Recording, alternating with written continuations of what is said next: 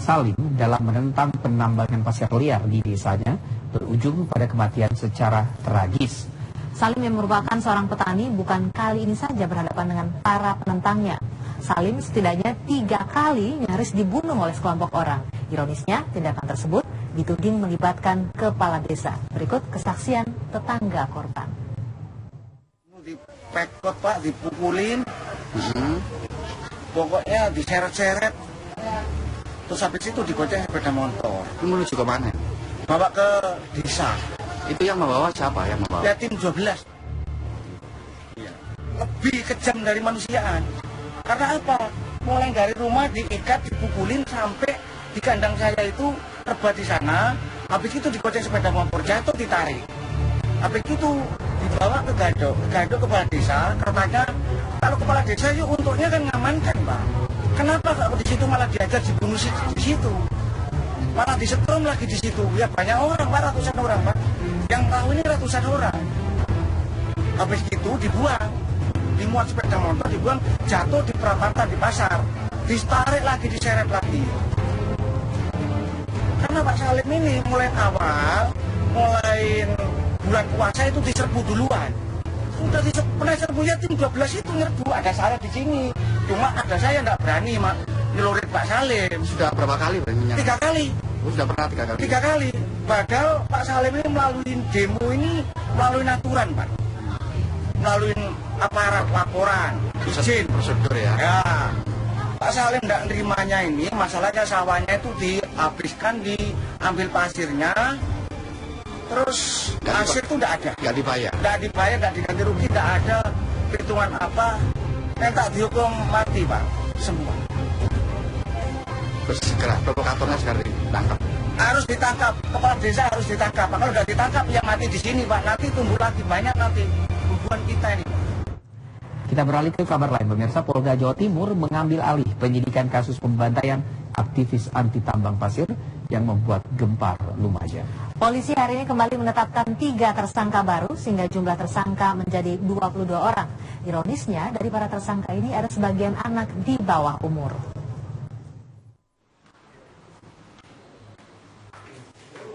Polres Lumajang dan Polda Jawa Timur terus mengembangkan penyidikan kasus pembantaian aktivis lingkungan di Lumajang, Jawa Timur.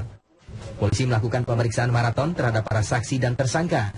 Hasilnya, pada hari ini jumlah tersangka bertambah 3 orang menjadi 22 orang. Polisi menduga para tersangka dalam beraksi digerakkan oleh aktor intelektual. Namun hingga saat ini, polisi belum menetapkan siapa aktor intelektual tersebut. Sementara itu, Kapolda Jawa Timur, Irjen Pol Anton Setiadi menyatakan Polda Jawa Timur mengambil alih penyidikan kasus pembantaian aktivis ini. Kapolda juga menyatakan bahwa dari 22 tersangka tersebut, sebagian diantaranya merupakan anak di bawah umur. Sedangkan penanganan kasus pelaku penganiayaan sudah kita tangkap dan sedang diproses. Tapi kan ada beberapa orang yang anak-anak di bawah umur, jadi yang kita tidak tahan. Dan nanti sebagian banyak besar kita akan tahan di Polda. Untuk mencegah kasus ini memicu gesekan lebih panjang, Polda Jawa Timur dan Muspida Lumajang memutuskan penutupan tambang pasir ilegal di Lumajang. Dari Lumajang dan Sumeneb, Jawa Timur, Sahwan Kamahina dan Feros Afif, TV One mengabarkan. Lalu seperti apa cerita lengkap peristiwa pembunuhan aktivis ini? Berikut penelusuran dari reporter Reani Distira dan juru kamera Aswin Harisul.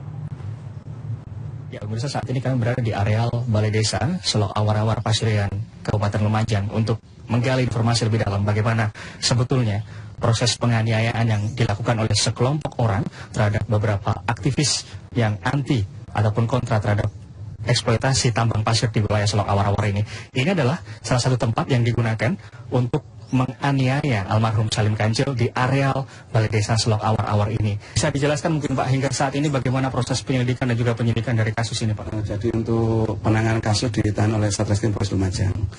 Tentang penyidikan dan penyidikan kami serahkan kepada Polres Lumajang atas perintah Pak Kapolres. Sejauh ini bagaimana kondisi terkini pasca insiden tersebut di wilayah Selok Awar-Awar kemudian Pasirian ini Pak? Ya alhamdulillah sudah kondusif.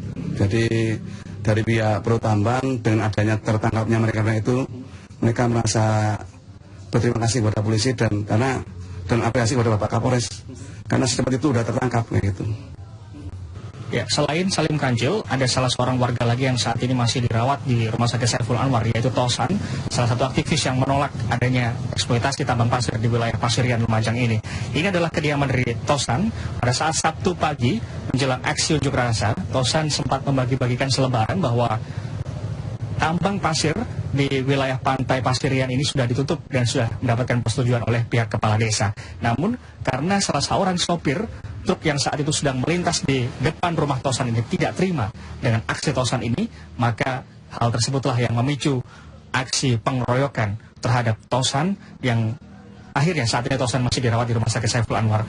Di sini rumah Tosan sendiri masih dipasang garis polisi dan tentunya polisi masih terus melakukan penyidikan terkait dengan mungkin adanya penambahan tersangka, mengingat pada saat pengeroyokan tersebut ada puluhan orang menurut saksi mata yang menjelaskan kepada kami yang menyerang Tosan maupun Salim Kancil. Inilah kondisi pantai Watu Pecak di kawasan Pasirian Lumajang, di mana garis polisi sudah dipasang. Aktivitas penambangan pasir di tempat ini pun sudah ditutup akibat insiden yang menewaskan satu orang aktivis Salim Kancil dan juga Tosan yang saat ini masih dirawat intensif di Rumah Sakit Saiful Anwar akibat dianiaya oleh puluhan orang yang pro terhadap tambang pasir ini. Dan tentunya kami juga telah melihat lebih dalam bagaimana hasil dari proses penambangan pasir ini. Puluhan petak sawah milik warga sudah terendam air laut dan mungkin inilah yang memicu warga ataupun aktivis dari lingkungan kontra terhadap penambangan pasir yang ada di wilayah Pasirian Lumajang ini. Dari Lumajang, Jawa Timur, Reyan Yudhistira, Aswin Karisul, TV One mengabarkan. Sementara itu perjuangan Salim dalam menentang penambangan pasir liar di desanya berujung pada kematian secara tragis. Salim yang merupakan seorang petani bukan kali ini saja berhadapan dengan para penentangnya. Salim setidaknya 3 kali nyaris dibunuh oleh sekelompok orang. Ironisnya, tindakan tersebut dituding melibatkan kepala desa. Berikut kesaksian tetangga korban.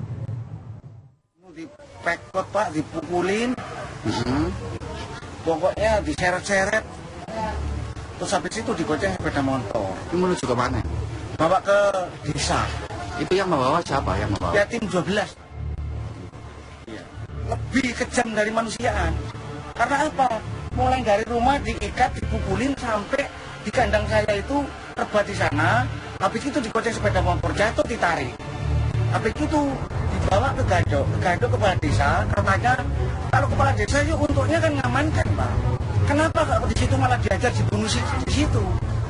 Malah disetrum lagi di situ. Ya banyak orang Pak, ratusan orang Pak. Yang tahu ini ratusan orang. Habis itu dibuang. Dimuat sepeda motor, dibuang, jatuh di perapatan di pasar. Ditarik lagi, diseret lagi. Karena Pak Salim ini mulai bulan puasa itu diserbu duluan. Udah pernah serbu ya tim 12 itu nyerbu. Ada saya di sini. Cuma ada saya tidak berani nyelurit Pak Salim. Sudah berapa kali? 3 kali. Sudah pernah 3 kali? 3 kali. Padahal Pak Salim ini melalui demo ini melalui aturan Pak. Melalui aparat laporan, izin. Prosedur ya? Ya. Pak Salim tidak nerimanya ini, masalahnya sawahnya itu dihabiskan, diambil pasirnya. Terus pasir itu tidak ada. Tidak dibayar? Tidak dibayar, tidak diganti rugi, tidak ada perhitungan apa. Yang tak dihukum mati Pak, semua. Terus segera provokatornya segera ditangkap?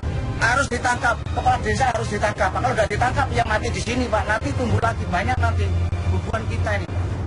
Kekerasan yang membayangi para aktivis tak jarang berujung pada kematian.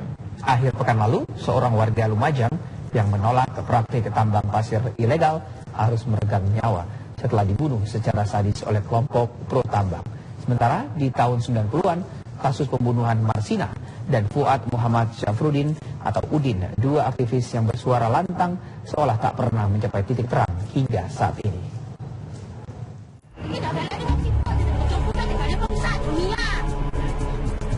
Akhir pekan lalu, Desa Selok Awar-Awar Pasirian, Lumajang, Jawa Timur digegerkan dengan penemuan sesosok mayat dengan kondisi tubuh mengenaskan.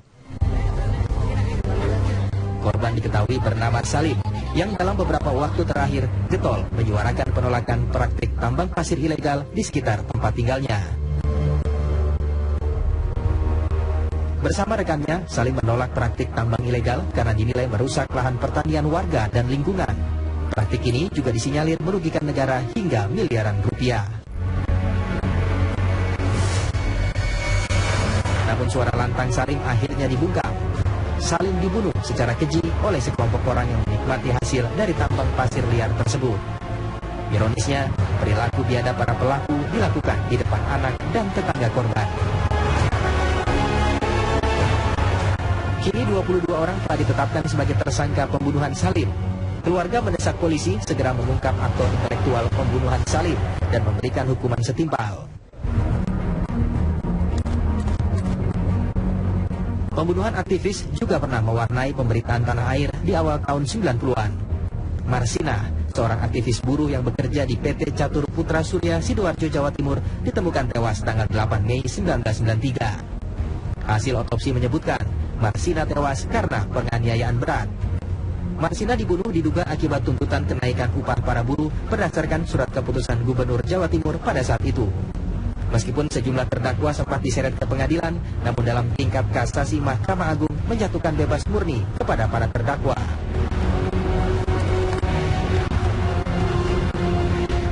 Selain Marsina, di pertengahan 90-an, pembunuhan aktivis Fuad Muhammad Safruddin atau Udin mencuat.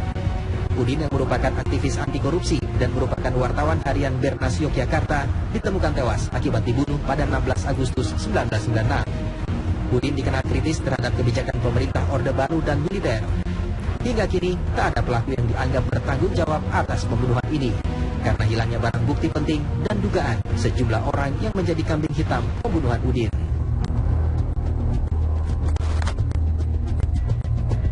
Yang terbaru adalah tewasnya aktivis lingkungan hidup Yopi Perangin-Angin.